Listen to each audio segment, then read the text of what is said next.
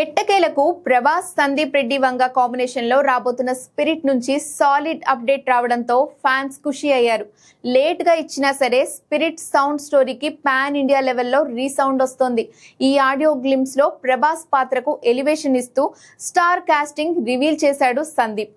Prabhas powerful IPS officer గా కనిపించనుండగా heroine గా తృప్తి డిమ్రీ నటిస్తోంది. ప్రకాష్ రాజ్, కాంచనా కీలక పాత్రల్లో నటిస్తున్నారు. ఇక విలన్ గా బాలీవుడ్ స్టార్ వివేక్ ఓబ్రాయ్ నటిస్తున్నట్టు అనౌన్స్ చేశారు.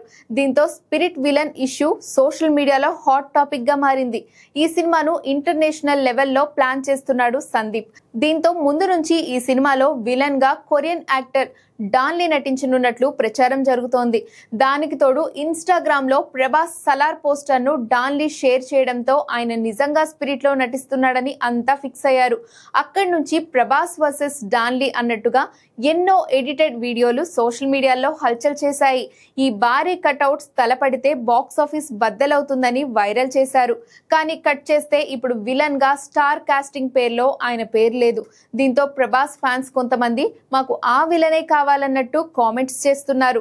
డాన్ లీ విలన్ అయితే ఇంటర్నేషనల్ రీచ్ ఉంటుందని, ఇప్పటికైనా ఆయన విలన్ గా తీసుకోవాలని అంటున్నారు.